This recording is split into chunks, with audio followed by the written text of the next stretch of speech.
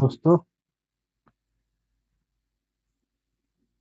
how to check this power? We have one multimeter, digital multimeter. First of all, we set this multimeter to the volt. You can see this volt, the symbol of volt, and we select the select switch, and now we check the voltage. Just pull the socket safety guard and see. You can see we got 222, means we have 220 volts. Now I have this one charger, that is the adapter.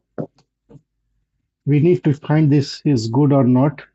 So that charger is, you see, this is the 12 volt charger output.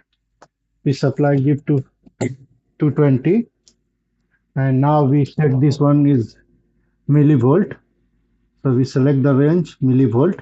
You can see now here, you can see millivolt, and see how much we get the volt.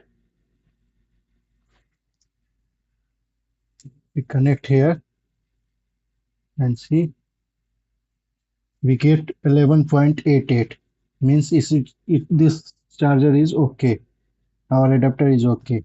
Thank you for watching.